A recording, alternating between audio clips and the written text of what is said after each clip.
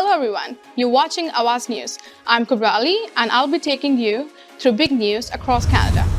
Man 28 allegedly recorded people using University of Toronto washrooms. 2 workers rescued from boom lift following collision with TTC bus in Etobicoke. Not acceptable, Chow condemns arson at Jewish-owned Toronto deli as hate-motivated fire investigation continues.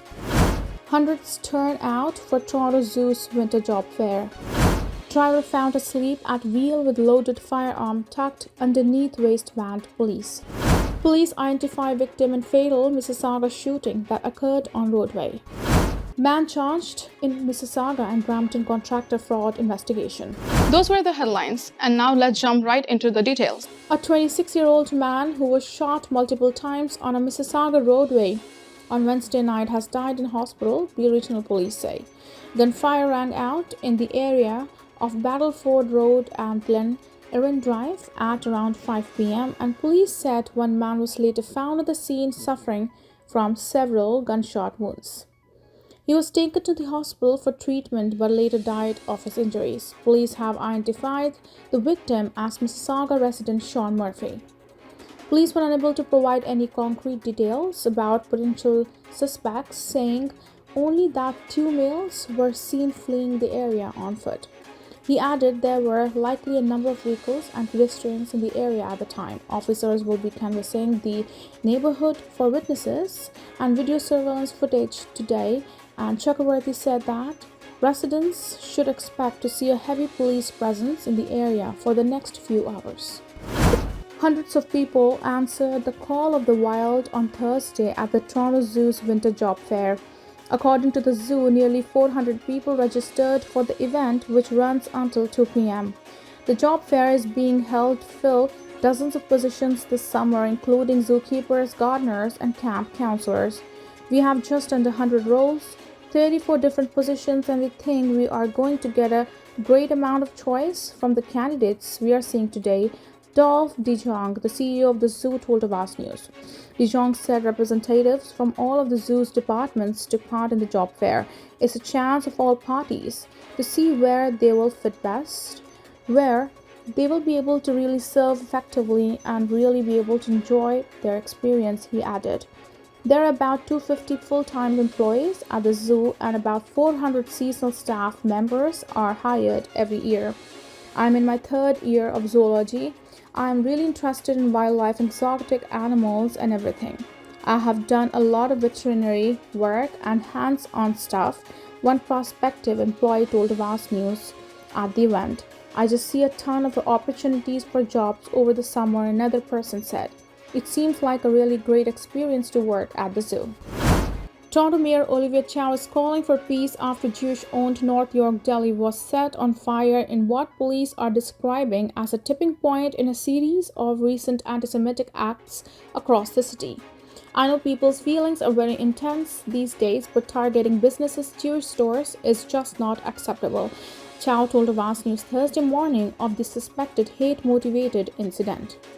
There needs to be a very clear message that the right to protest, it's your constitutional right, but being hateful, inciting violence, targeting people because of their religion, because of their race, ethnicity, or where they come from, skin color, is just not who we are in Toronto.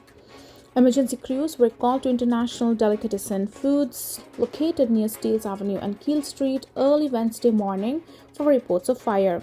The fire was extinguished and no injuries were reported. The words "Free Palestine" were seen spray-painted on the outside of the building. Toronto Police Chief Myron Demkew addressed the arson at an unrelated news conference on the Thursday and reiterated that no stone will be left unturned in the ongoing investigation led by the service's hate crime unit. According to Toronto Police, there have been nearly 100 hate crimes reported in the city since the onset of the Israel-Hamas war, triggered by a surprise attack on October 7th, which left 1,200 Israelis dead.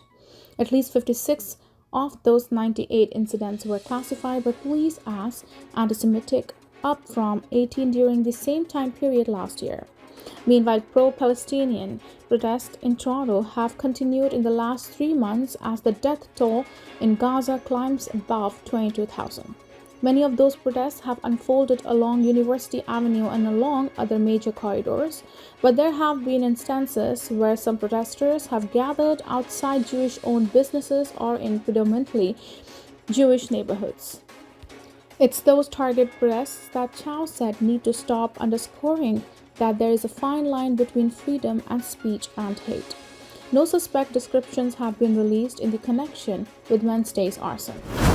Two people had to be rescued from an articulating boom lift after it became involved in a collision with a TTC bus in the city's the Kingsway neighborhood Thursday afternoon. Emergency crews were called to the area of Dundas Street West and Old Dundas Street shortly before 2:30 p.m. for a collision. Police said a part of the boom truck had extended onto the road and had a TTC bus clipped it. We heard a loud bang. Tonya Cronan, who was across the street when the incident happened, told Awaz News. The cherry picker didn't have any safety cones out and the bus hit the cherry picker. No bus passengers were injured, but two workers became trapped in the lift. Images from the scene show firefighters using their truck's aerial ladder to rescue the workers. They were safely brought down, and one of them was transported to the hospital with minor injuries, police said. Police added that the Ministry of Labour is investigating. A Brampton man who is subject to a lifetime firearms prohibition is facing a number of charges after police say that they found him asleep at the wheel with a loaded gun tucked into the waistband of his pants in the early hours of New Year's Day. York Regional Police say that officers were initially called to the Rutherford Road and Jane Street area for reports of a driver asleep at the wheel of the vehicle that was stopped in a turning lane on January 1st. Once officers arrived on the scene, police said that they found a male driver passed out behind the wheel. The officers then positioned their cruisers so the vehicle could not be driven away, police say. Police have identified the accused as 23-year-old Christian Marius Kamikuni. He is facing a number of firearm and drug-related charges. Police said that at the time of his arrest, he was subject to a lifetime firearm prohibition. Kamikuni's arrest came just 6 hours after another unrelated incident in which York police seized a loaded firearm following the search of a vehicle that was stopped at a right spot check near Highway 7 West and Bose Road. Police have said that they believe that the firearm is a ghost gun manufactured using a 3D printer. A total of 3 people are facing charges in connection with that unrelated incident. A 42-year-old man from Halton Hills area has been charged in connection with the renovation fraud investigation in Mississauga and Brampton. Peel Regional Police said incidents occurred between September 2021 and February 2023. Investigators allege that a contractor from Weaver Home Improvement Northside Renovations signed 5 renovation contracts and collected deposits totaling $37,000. In each case, he allegedly promised to provide a service, signed a contract, and collected a deposit, but failed to provide said service or return the deposit, police said. On November 23, 2023, Hardish Sunny Kinda of Norwell, Ontario, was arrested and charged with defrauding the public. He had a December 18 court appearance. Police are reminding the public to be meticulous in vetting their contractors by asking for personal referrals, checking online reviews, and verifying their credentials. A 28-year-old man has been charged after allegedly recording victims as young as 14 years old inside washrooms at the University of Toronto's St. George's campus. Between July and October of last year, Toronto Police and campus security investigated at least 7 reports of voyeurism in the area of Spadina Avenue and Wilcox Street. They alleged that a man loitered inside washrooms and shower areas and in some of those instances placed a cell phone underneath the stalls to record victims. Police said victims ranged from the age of 14 to 21 years old. On Thursday, Jang Pham of Kitchener, Ontario was arrested. Police charged Pham with 5 counts of voyeurism and 6 counts of mischief. The charges have not been tested in court. Investigators are sharing images of accused as they believe there are more victims. Thank you for tuning in. I'm Kubra Ali. I'll see you back tomorrow, same time, same channel. Have a good night.